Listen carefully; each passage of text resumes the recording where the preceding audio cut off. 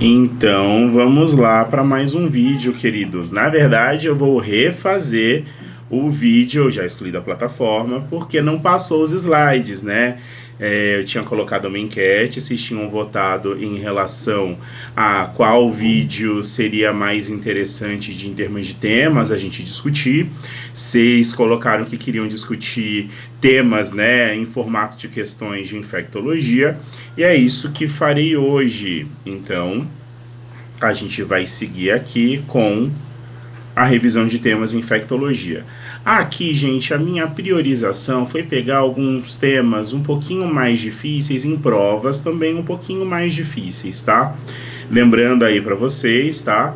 Estou aqui no CRM de São Paulo e acabei me recadastrando no CRM do Rio de Janeiro, então devo começar a atuar por lá também, né? Como hematologista e medicina intensiva, quem sabe. Então, vamos lá. A gente vai para a primeira questão. Um homem de 23 anos, né, paciente jovem, sem comorbidades conhecidas, procurou a clínica da família com queixa de diarreia há 3 meses. Refere apresentar quadro de 5 episódios diários de fezes líquidas em grande quantidade. E aqui, gente, ele entra naquele conceito, né, de uma diarreia mais crônica e de mais de 4, 6 semanas de diarreia. Aqui, o que chama a atenção, além do número de episódios de fezes líquidas em grande quantidade, você vai olhando a questão e vendo que ele está com febre baixa e uma perda ponderal de 5 quilos no período, né? Perda ponderal a gente qualifica como aquele tipo de perda de peso de mais de 10%, né, do peso em 6 meses. Então a gente já tem um paciente que aparentemente está bem emagrecido, tá? É solicitado exame parasitológico de fezes que evidencia os cistos de Cystoisospora belli. Cystoisospora belli, eu não sei se é a mesma coisa que a Isospora belli, tá? Eu imagino que sim. A Isospora belli aqui é um conceito que vocês têm que ter em termos de nome. Então vamos lá. O conceito que eu preciso que vocês tenham para resolver essa questão é de saber que existe a infecção pelo vírus HIV, que vai fazer uma depressão linfocitária importante em termos de linfócitos TCD4.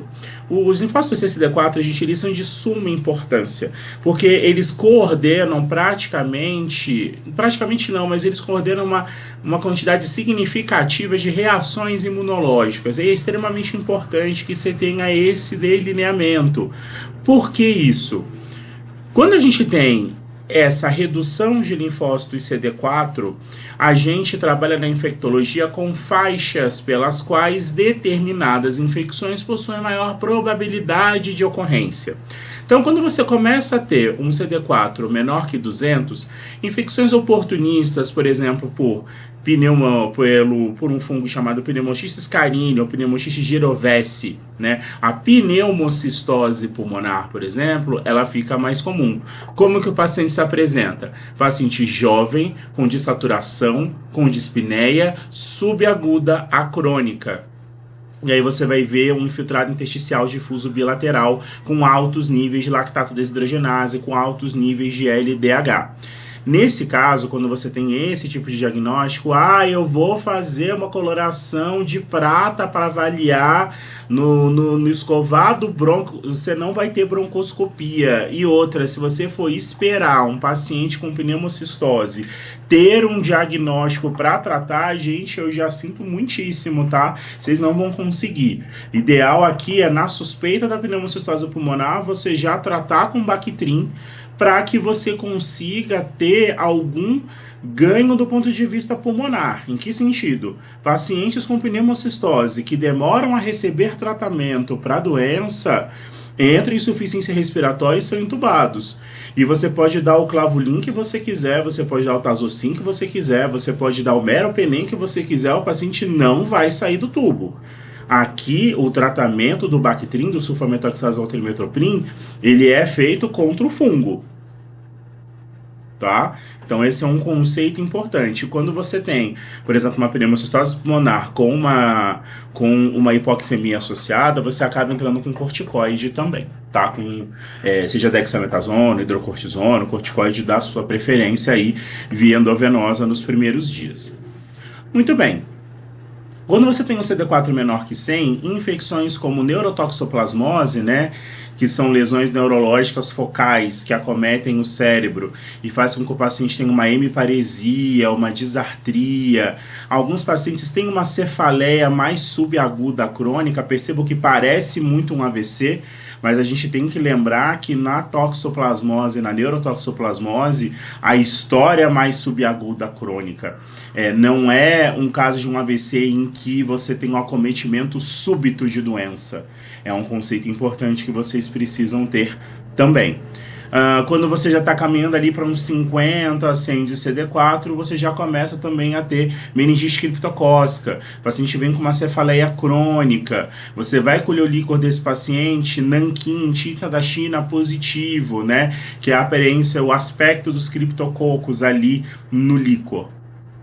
Agora, aqui, por que eu estou falando tudo isso? Quando você já começa a ir para níveis de CD4 menores que 50, algumas infecções oportunistas mais graves por alguns germes pouco habituais começam a acontecer. E Isospora belli é um deles.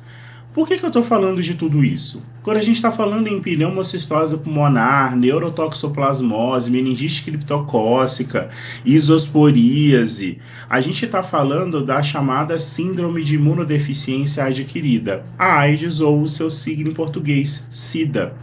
E aqui é importante a gente colocar, porque ainda há muita dúvida nesse sentido, gente, ter HIV não necessariamente faz com que a pessoa tenha a SIDA ou a AIDS. Tá?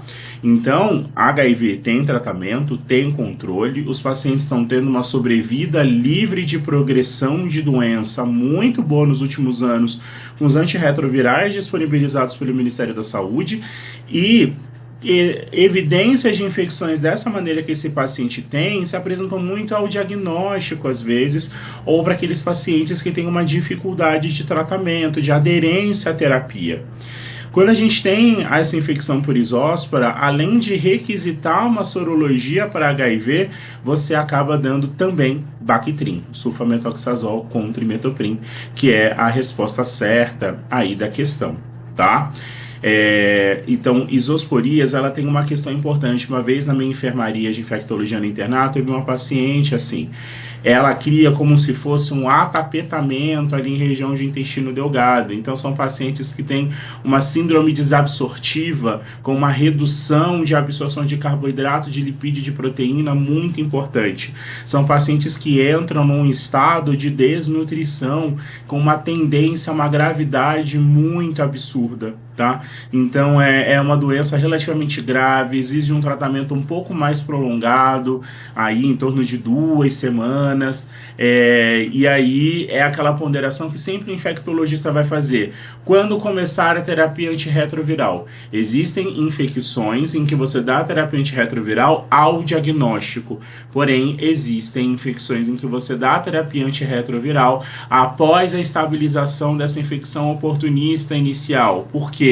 Por conta de síndrome de reconstituição imune. Então vocês vão ver que muitas vezes o infectologista vai ponderar caso a caso ou doença a doença para definir se vai fazer a determinada tipo de terapia antirretroviral, dolutegravir, lamivudina, tenofovir, naquele momento, ou se vai atrasar um pouquinho. Belezinha? Vamos para os outros aqui. Albendazol e anticorpo antitransglutaminase. Aqui não faz o menor sentido. Quando a gente pensa em anticorpo antitransglutaminase, precisa vir na cabeça de vocês doença celíaca. Não parece ser o caso. E outra, doença celíaca você faz o diagnóstico a partir do atapetamento de gritas intestinais no duodeno, né? É considerado uma intolerância alimentar, não é considerado uma alergia alimentar, porque na alergia necessariamente você tem reação eosinófilo mastócito com aumento dos níveis de IgE, e isso vai fazer com que o paciente tenha dispneia, broncoespasmo, racho cutâneo eritematoso, sugestivos de um processo alérgico. Na doença celíaca, que você tem uma intolerância, né? A gliadina, né, a proteína ali associada ao glúten, irá ativar uma resposta imune no duodeno que fará um atapetamento de mucosa, né, com apoptose de enterócito, fazendo uma síndrome desabsortiva, né? E aqui, percebam, na doença celíaca, não tem parasitológico positivo, tá? Nitazoxanida, o anita e endoscopia digestiva alta para uma verminose qualquer. Isso aqui, e metanidazol com colonoscopia. Isso aqui também vamos para nitazoxanida, endoscopia digestiva alta. Ah, isso aí é verme da anita. Realmente, a nitazoxanida, a anita, serve para um monte de verminose. Mas para Isóspora Belli, para cisto Isóspora Belli, você tem uma atuação mais potente do Bactrim. Então seria um quadro de doença que, por exemplo, não melhoraria, tá? Metanidazol e colonoscopia, a gente poderia considerar, talvez, colite pseudomembranosa, que na colite pseudomembranosa o tratamento de escolha é metanidazol, só que o principal fator de risco para colite pseudomembranosa, né, causada pelo Clostridium difficile, propriamente usos prévios de antibiótico terapia sistêmica, o que não parece acontecer aqui nesse quadro. Belezinha? Tranquilo? Então, vamos para a gente discutir bastante coisa aqui de infecto, gente. HIV e AIDS. Existem infectologistas que debruçam a vida deles nas pesquisas nesse sentido, no tratamento dessas doenças. É quase uma subespecialidade dentro da infecto, tá? Então, é bastante importante. Um homem de 28 anos busca emergência queixando-se de febre e dor articular. Refere início do quadro há 3 dias, com febre de 39 graus, astenia e artralgia. Inicialmente localizada em joelho direito, progredindo para punho e joelho esquerdos. Relata episódio de corrimento uretral autolimitado há 2 semanas. Ao exame, apresenta dor, edema e eritema em joelho esquerdo, além de lesões pustulares em tronco e membros. Foi realizada uma artrocentese diagnóstica que evidenciou 30 mil leucócitos com 95% de polimorfonucleares. Então, uma questão muito bem feita, tá? Em que a gente pode discutir centenas de diagnósticos diferenciais em reumato e infecto. Então, vamos lá. A gente tem um homem jovem de 28 anos, né, indivíduo do sexo masculino, tá com febre, tá com dor articular, a princípio, que é o que se apresenta no quadro. Além da febre constatada, da astenia e da artralgia, né, da dor articular, você tem uma história em que começa no joelho direito, vai para punho e joelho esquerdos. Você tem dor, eritema em joelho esquerdo, você tem o que a gente chama de uma artrite. Mas, Chico, a artrite tem que ter todos os sinais inflamatórios, né? Dor, edema, calor, rubor. Não. Quando a gente vai qualificar uma artrite, o que qualifica a artrite como artrite e não artralgia é o edema. É o edema. E aí, olha que coisa interessante. Ele tem um relato de corrimento uretral autolimitado há 2 semanas. E aqui é um conceito importante que vocês tenham. Toda vez que a gente está falando de corrimento uretral em sexo masculino, a gente está falando de 2 bactérias principais. Gonococo, Neisseria gonorrhoeae, que é um diplococo gram-negativo, e a gente está falando de Chlamydia trachomatis, a causadora da clamídia, né, que é um germe mais atípico. O tratamento dessas uretrites envolve, né, ciprofloxacina ou ceftriaxone para cobertura de gonococo, e a gente faz macrolídeo, clindamicina ou mais azitromicina, talvez seja mais fácil de tomar, para tratamento de clamídia, né, um macrolídeo. Muito bem. Só que este paciente apresenta artrite, né? Artralgia, tudo, joelho direito, punho e joelho esquerdos. Talvez mais artralgia do que propriamente artrite. Só que quando você vai fazer a punção articular, tem 30 mil leucócitos, isso não é normal, com 95% de polimorfonucleares. E aqui é uma complicação que eu preciso que vocês se lembrem, tem essas lesões pustulares também. Isso aqui é muito típico e praticamente está com o diagnóstico fechado de uma infecção por gonococo, tá? A Neisseria gonorrhoeae, ela tem esse componente, ela tem essa característica, tá? Ela pode fazer artrite séptica de uma articulação. E percebam, da mesma forma que na meningite a gente tem ali a presença de um infiltrado inflamatório com predomínio polimorfo nuclear, as infecções pela artrite séptica, a gente dá esse nome, gente, porque não necessariamente ela dá uma sepse, mas é porque ela é uma infecção bacteriana dentro da articulação. E é extremamente importante que o tratamento seja feito com uma certa celeridade, com uma certa rapidez, porque no momento em que essa inflamação aguda passa por uma inflamação crônica e fibrosa, você pode ter comprometimento articular direto, tá? Só que a dor é tanta, gente, que em geral os pacientes não demoram muito para chegar até você não, tá? Então, perceba o seguinte, se eu tenho um predomínio de polimorfo nuclear, eu tenho que pensar em bactéria, porque aqui é predomínio de neutrófilo, é só um outro nome que a gente usa para neutrófilo. E aqui, ele tem essa história de corrimento uretral, tem essas lesões pustulares, tá? Em tronco e membros que podem, a pústula ali são aquelas lesõezinhas com pus, eu não sou muito bom em dermato, aquelas lesõezinhas de pele com pus, tá? Por isso que o nome pústula. E todo esse quadro sugere muito o diagnóstico de uma infecção por gonococo, tá? Vamos para as outras alternativas para saber porque elas estão erradas? Pensando em colchicina, o que a gente pensaria?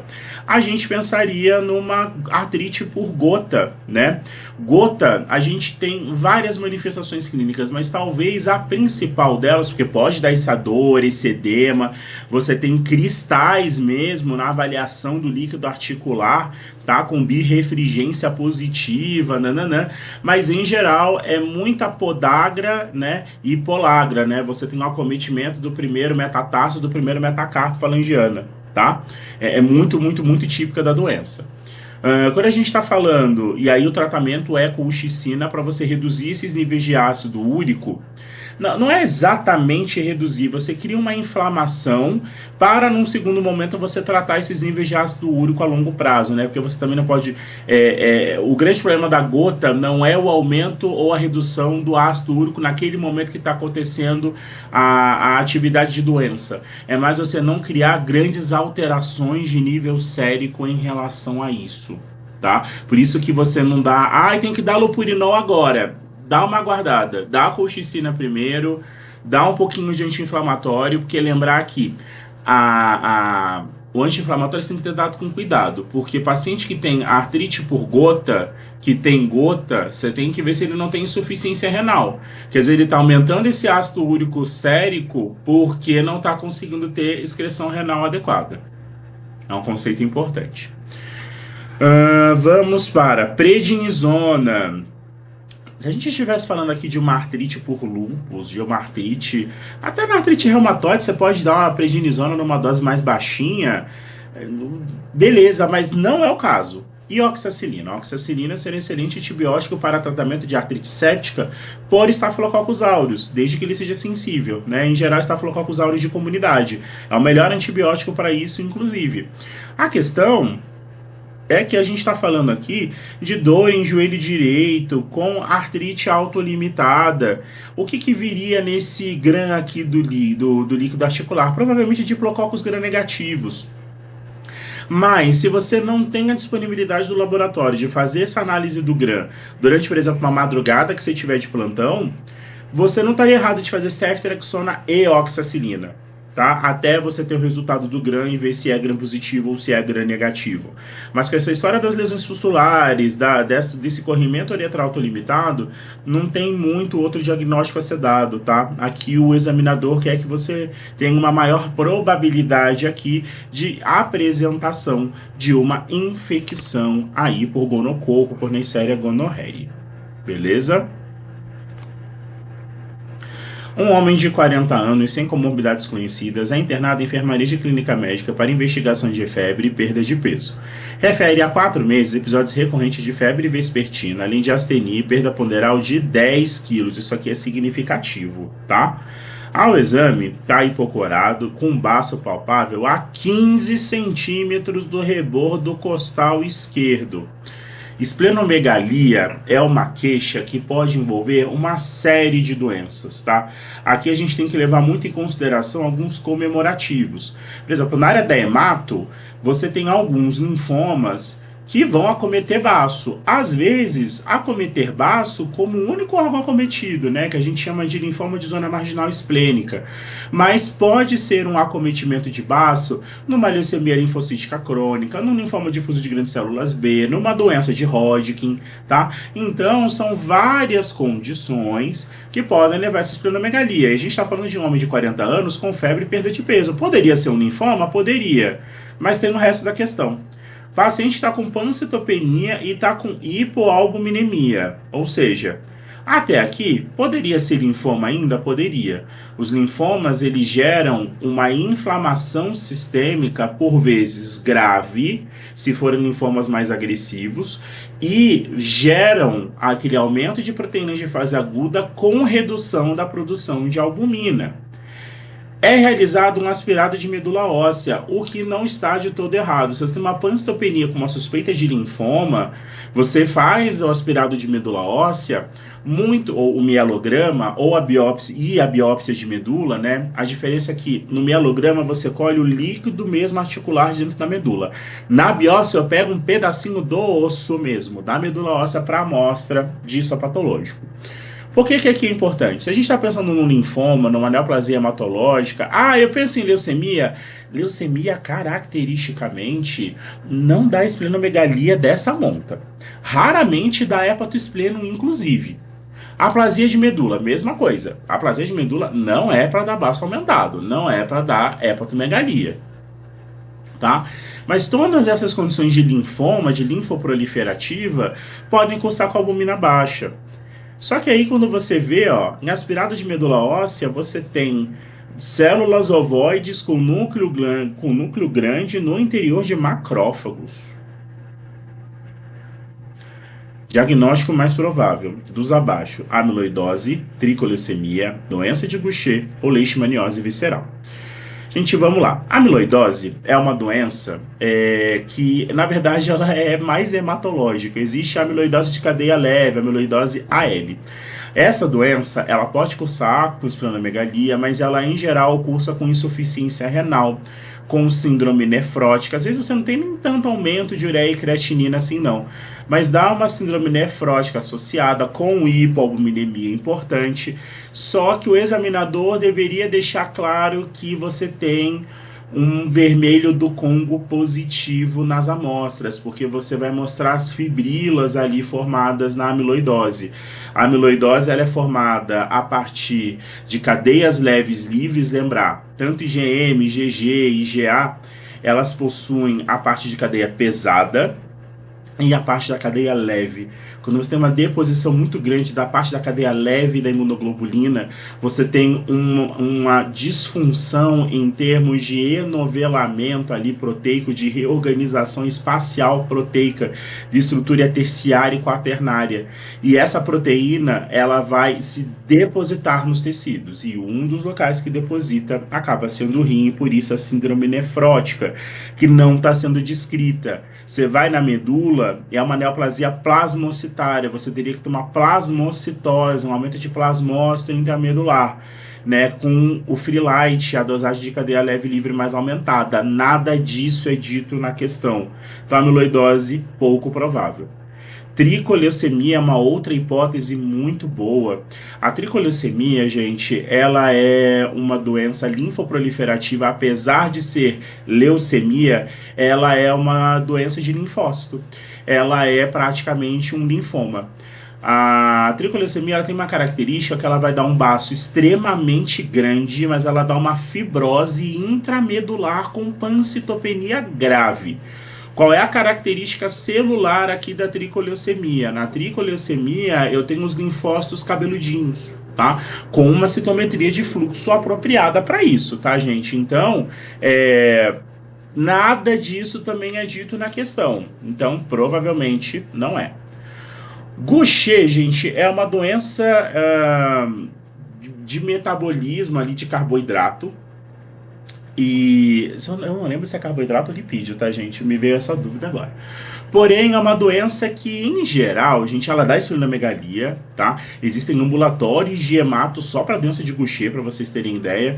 Mas eu esperaria um paciente mais jovem. Eu esperaria que o paciente ele não tivesse essas células ovoides com núcleo grande no interior dos macrófagos. E sobra qual? Leishmaniose visceral. Que células ovoides com núcleo interior dos macrófagos são essas? Aqui, ó, é a leishmania.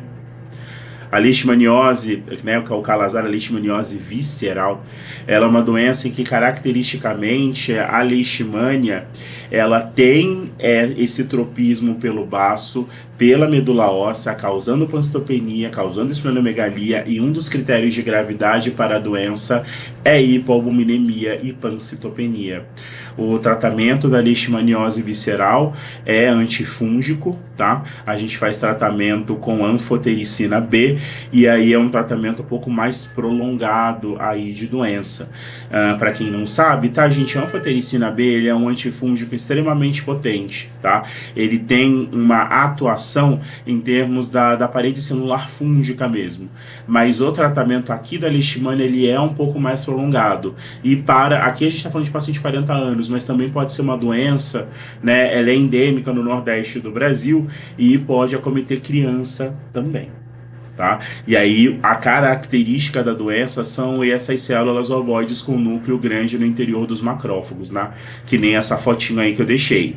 Lembrando, a questão não tinha essa fotinho, tá? Os pacientes submetidos à esplenectomia devem ser vacinados contra patógenos encapsulados, com o objetivo de evitar sepse pós-esplenectomia. E aqui, gente, é importante que a gente entenda o seguinte: é óbvio que a gente tem vários germes que têm essa cápsula, né? Essa cápsula que vai fazer mecanismos de evasão do sistema imune, tá? É uma estrutura bacteriana que algumas bactérias têm. A mais comum de longe que faz isso é a Streptococcus pneumoniae, é pneumococo, tá? Mas Haemophilus influenza também é uma bactéria possível. Mas percebam o seguinte: aqui isso caiu numa prova de cirurgia geral, na parte de cirurgia geral. É pelo seguinte, baço faz muito essa mediação imunológica contra germe encapsulado, seja Haemophilus ou Streptococcus pneumoniae, mas Streptococcus pneumoniae é bem mais comum.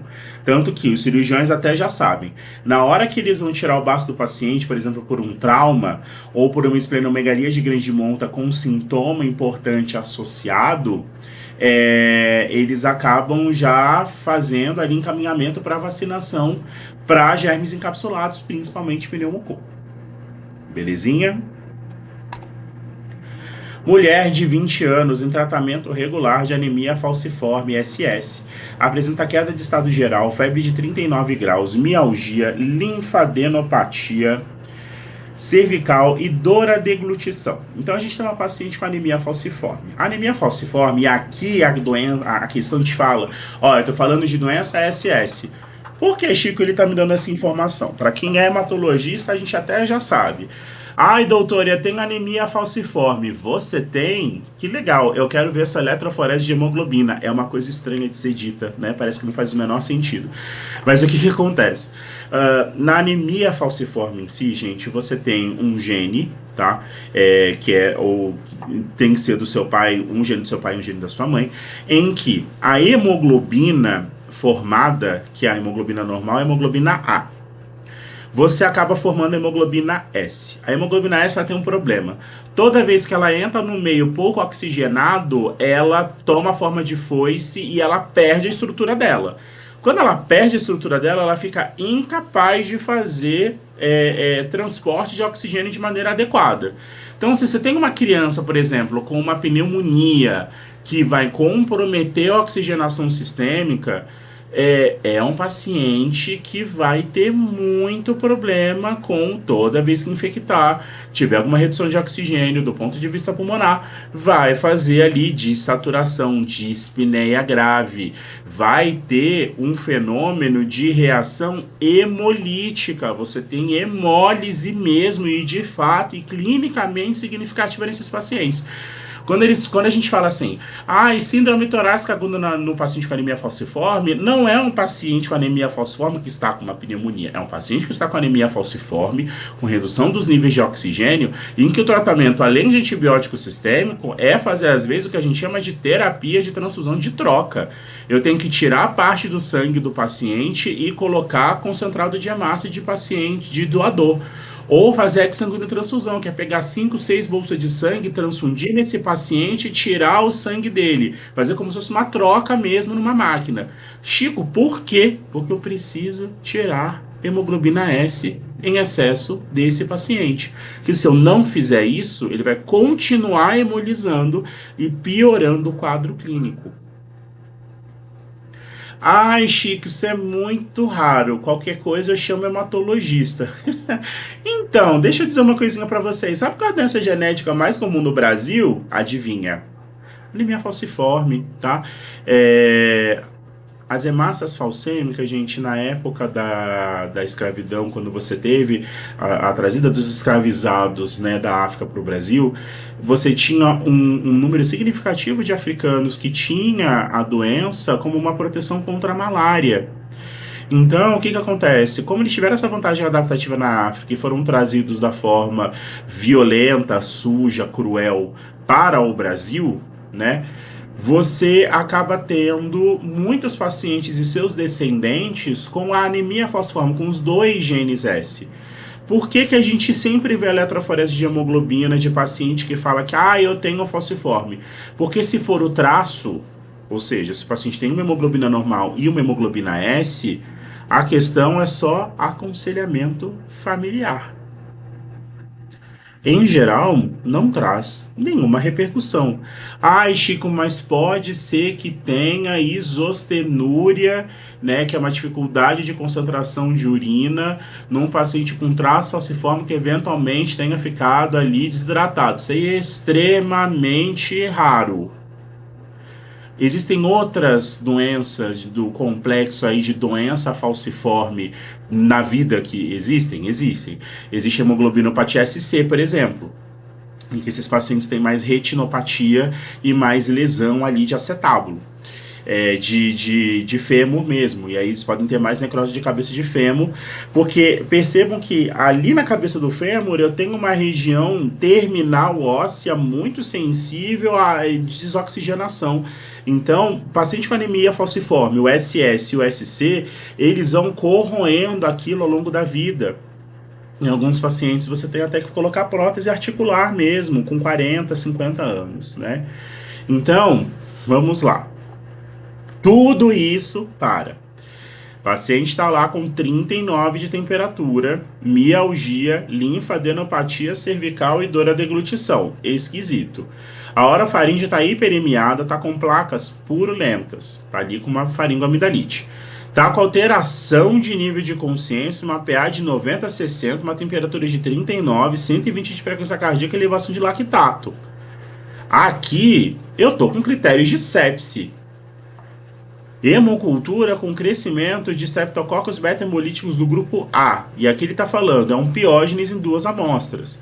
E aqui, gente, é muito curioso, por quê? Porque aqui eu estou falando de uma bactéria extremamente bobinha. Streptococcus piógenes, gente, a gente trata com benzetacil, às vezes com dose única. E às vezes essa hipotensão, essa taquicardia, você tá com um paciente com anemia falciforme que tem uma dificuldade de imunidade, né? Um paciente que tende a ser mais imunossuprimido, né? E por quê? Envolve um pouquinho do conhecimento da outra questão. Essa Neisseria meningitidis aqui, gente, eu copiei e colei da questão, tá? Tá errado, mas é com E, tá? Paciente com anemia falciforme, ele vai fazendo uma autoesplenectomia ao longo da vida. O que vai acontecer? Como as áreas teciduais, elas tendem a sofrer episódios de desoxigenação, de reorganização alterada das hemácias, aquilo vai comendo mesmo o próprio baço. Até que lá para uns 7, 8 anos de idade, o paciente com anemia falciforme, em geral, não tem mais baço. Tanto que quando você tem um paciente que chega para você, ah, mas o meu passo é normal, eu tenho anemia falciforme, eu tenho SS. Quero sua eletroforese de hemoglobina, porque não faz sentido, tá? Não faz sentido. Então vamos lá. Aqui eu tenho uma dificuldade de imunização para bactérias do gênero Streptococcus. Streptococcus pyogenes é um deles. Por isso que acho que existe uma gravidade clínica maior para uma faringoamidalite besta, com 2 hemoculturas positivas. E aí, o que a gente pode fazer de tratamento para esse caso? Vamos lá, o paciente está vindo da comunidade, não é internação prolongada. Eu não preciso de vancomicina e meropenem para esse paciente. Ciprofloxacina e clindamicina. Percebam o seguinte, aqui precisa ter o conhecimento que o piógenes ele é muito sensívelzinho à penicilina benzatina. Chico, cadê a tal da penicilina benzatina na questão que eu não estou vendo? Aqui é um conceito, o examinador aqui, ele é difícil. Aqui existe um conceito no seguinte sentido: a penicilina cristalina, gente, penicilina G cristalina, a gente tem 2 penicilinas principais assim no início: a penicilina V oral e a penicilina cristalina e benzatina, né? A benzatina é como se fosse uma modificação da cristalina, tá? Em que sentido? A penicilina cristalina, ela consegue ultrapassar a barreira hematoencefálica. Então, por exemplo, para tratamento de neurosífilis, eventual tratamento para meningococo, você consegue ter a penicilina G cristalina atravessando a barreira hematoencefálica. Mas, Chico, o tratamento de escolha para penicilina, de escolha para Neisseria meningitis, para meningococo, é penicilina cristalina? Não é, não é. Ainda é ceftriaxone como primeira escolha atualmente, mas pode ser feito? Pode. A questão é que Streptococcus pyogenes é extremamente sensível à penicilina G cristalina.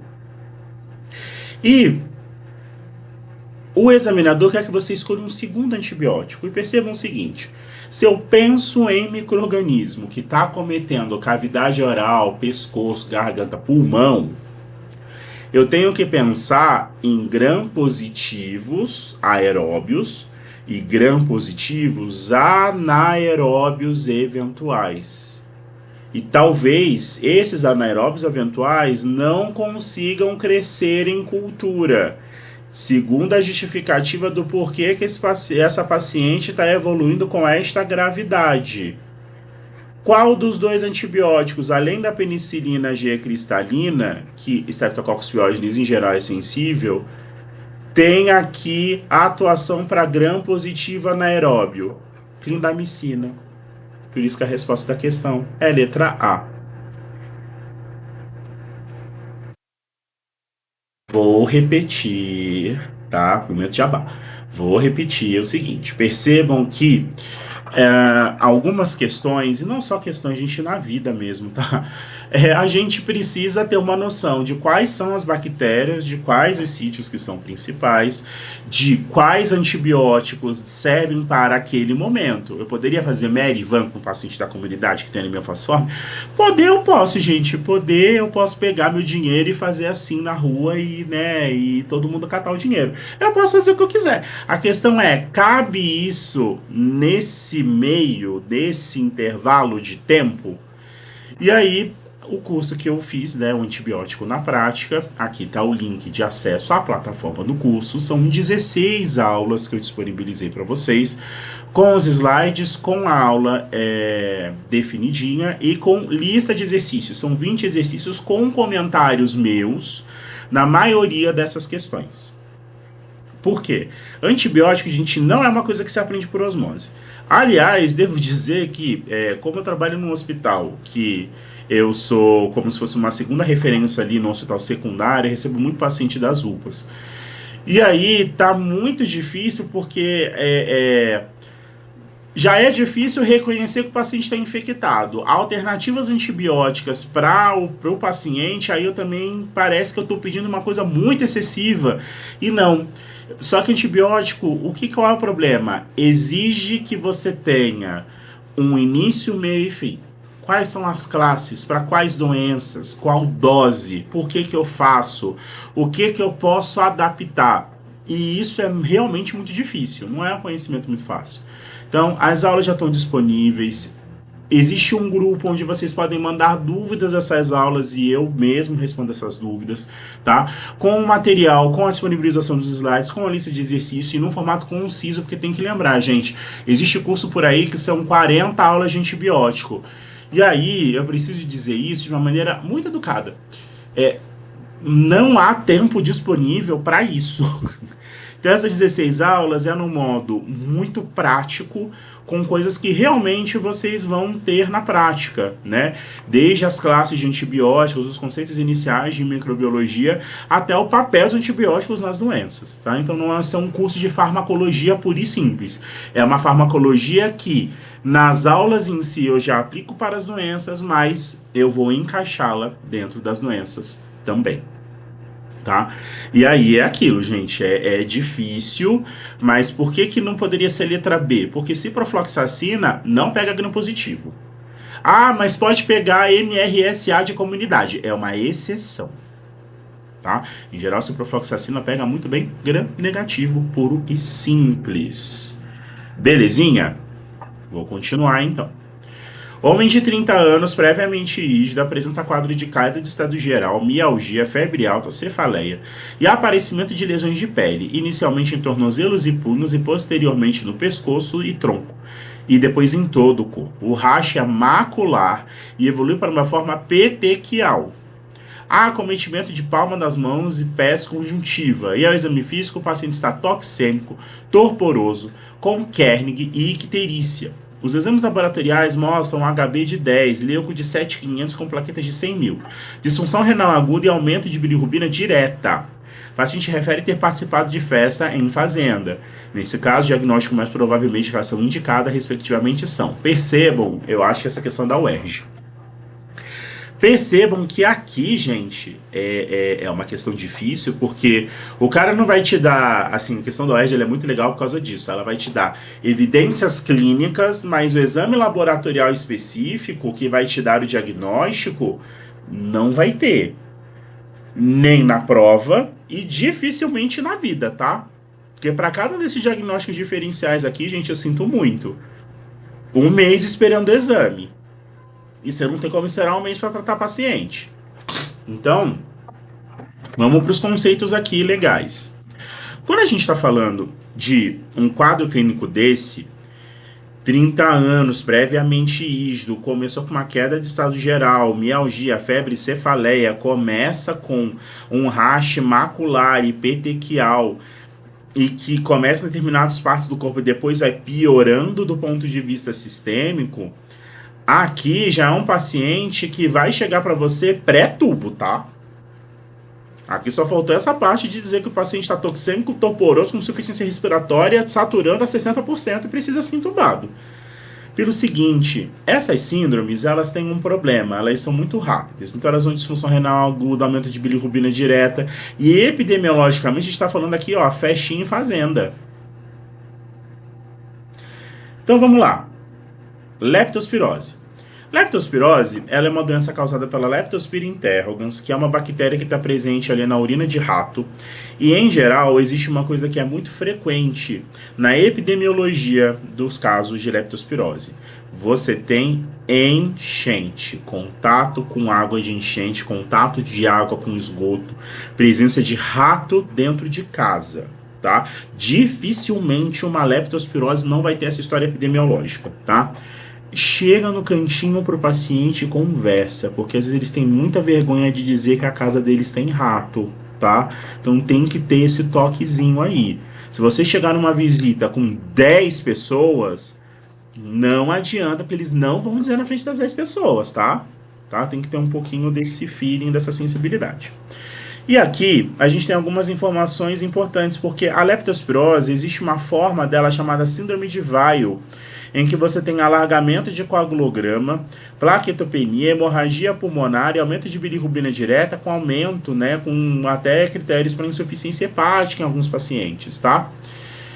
Com hemorragia pulmonar, filtrado intersticial difuso bilateral, e pode ter esse rash macular que evolui para a forma petequial, Pode, mas eu esperaria uma plaquetopenia mais grave, eu esperaria uma leucocitose com desvio à esquerda, eu esperaria a questão me dizer que as provas de função hepática estão alteradas, o que ele me, de certa forma, fala por aumento de bilirrubina direta, mas eu esperaria, de fato, uma presença aqui de contato com enchente, com água, com rato, alguma coisa nesse sentido.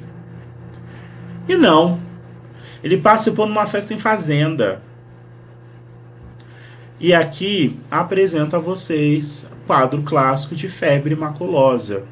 A febre maculosa é uma bactéria que ela está presente, né? Ela está presente ali em Campinas, Piracicaba e no caso do Rio, Petrópolis. Tá? Ela é uma bactéria que ela está presente dentro, não é que ela está presente dentro, mas ela fica ela é transmitida a partir do carrapato estrela.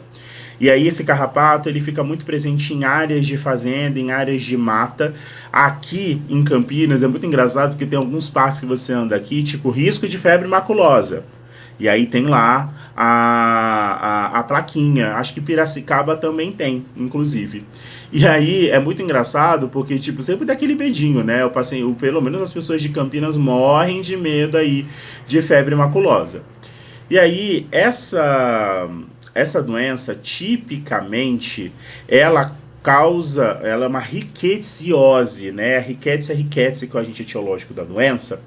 E ela vai causar esse rache maculopapular num paciente que tem disfunção renal, vai abrir leucocitose, desvio à esquerda, nananã. E percebam o seguinte, o examinador ainda foi legal, que isso aqui poderia ser muito bem uma meningite meningocócica. Poderia ser uma meningococcemia. Tem até sinal de Koenig ali para pensar em meningite meningocócica. Não está nas alternativas. O examinador não quer se comprometer. Mas poderia ser, tá? Poderia ser. E aí, gente, não tem muito jeito. Febre maculosa, assim, a gente trata com doxiciclina, que é o tratamento de escolha, mas nesse caso, o ceftriaxone não está de todo errado. Por quê? Como a confirmação ou da febre maculosa ou da leptospirose ela é difícil de ser feita, você acaba tratando empiricamente os dois. Por isso que ceftriaxone e doxiciclina é a resposta da questão, tá? Mas lembrem disso, tá? A gente acaba tratando o diagnóstico diferencial das duas, que a gente não vai ter uma confirmação tão rápida, tá? Lembrando o seguinte, no meu curso tem uma aula só disso para explicar essas manifestações, diagnósticos diferenciais e esse uso de antibiótico. Belezinha? Homem de 55 anos com história de dor e aumento de volume abdominal há 30 dias, associado a anorexia e piora de quadro abdominal. Nega a febre. No exame físico não há instabilidade hemodinâmica. Apresenta confusão mental, flapping, dor abdominal discreta e ascite, sendo difícil a avaliação de visceromegalias por conta da ascite. Esse flapping, essa confusão mental, tem que te remeter, e aumento de volume abdominal, provável ascite mesmo, né? Tem que te remeter a um paciente com insuficiência hepática com hipertensão portal. Isso tem que vir na sua cabeça. E aí vem os exames. Hemoglobina de 10, leuco de 9.000, plaqueta de 90.000. Ó, a plaquetopenia de hipertensão portal, por aumento de baço, que é o principal reservatório corporal de plaqueta. Ureia de 48, creatinina 1.2, proteína total de 6, albumina de 3. A punção do líquido acítico mostra uma celularidade de 600, isso é muita coisa, com 40% de mononucleares. Uma glicose consumida de 45, uma proteína no líquido de 2, com uma albumina no líquido de 1. LDH de 90, um valor aí para acite normal na acite até 45, sendo solicitado CC de abdômen, GRAM e cultura do líquido acítico. Então aqui é uma questão cachorra, tá? Em que sentido? Eu estou vendo uma ascite no paciente. Uma ascite no paciente cirrótico eu preciso ver duas coisas. Isso é decorrente de uma hipertensão portal ou isso é decorrente de uma complicação chamada peritonite bacteriana espontânea. Porque a peritonite bacteriana espontânea ela exige tratamento com antibiótico. Qual antibiótico? Ceftriaxona. E aí, o que é a questão? O diagnóstico não é baseado em cultura. O diagnóstico ele é baseado propriamente na quantidade de polimorfonucleares que existe no líquido acítico. Valor esse de 250. Então vamos lá. Eu preciso saber se eu estou com líquido exudativo ou transudativo naquela acite. Porque se for transudativo é consequência da hipertensão portal. E aí eu não preciso tratar com antibiótico. Aí eu faço albumina, funciono o líquido acítico até esvaziar, até melhora a sintomática de paciente e depois eu dou albumina endovenosa para ele. Aqui, como que a gente faz essa diferenciação? O GASA, o gradiente albumina-soro-acite.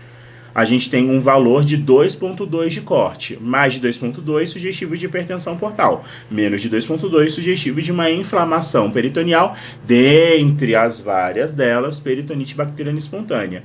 Então, a albumina do soro de 3, a albumina do líquido acítico de 1.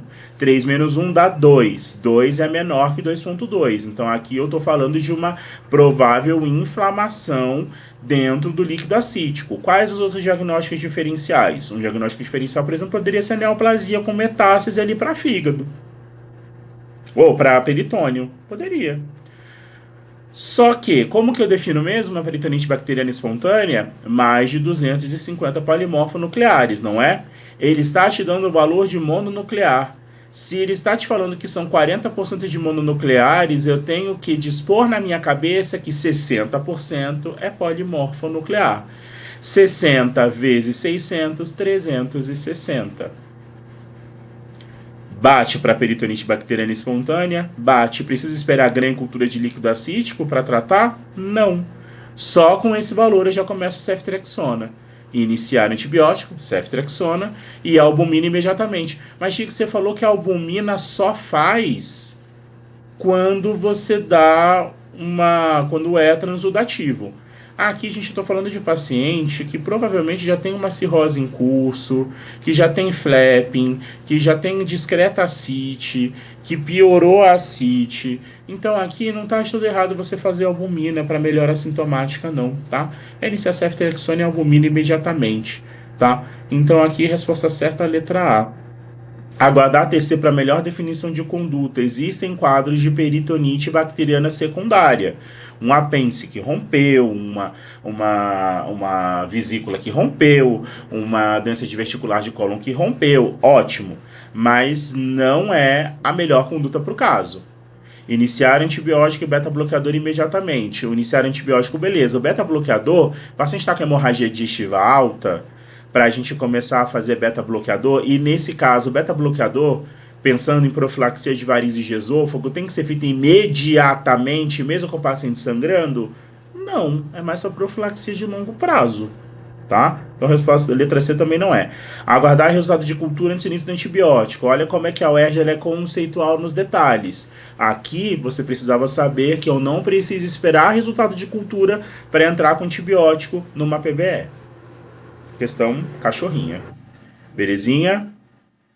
Gente, é isso, tá? Eu tô finalizando a apresentação. São vários temas dentro de infecto, mas infecto você vê que permeia muitas outras especialidades. O vídeo ficou um pouquinho grande, mas eu espero que vocês tenham aproveitado. Se você gostou, curte, compartilha com os amiguinhos, democratiza conhecimento. O curso tá com o endereço ali num dos slides aí que vai aparecer, tá? Se quiser ver melhor os temas, pega ali a parte que eu coloquei as aulas, dá uma olhada para ver se é do seu interesse. E aí a gente tem o endereço na plataforma, 12 vezes aí para pagar. Belezinha? Um beijo para todos vocês.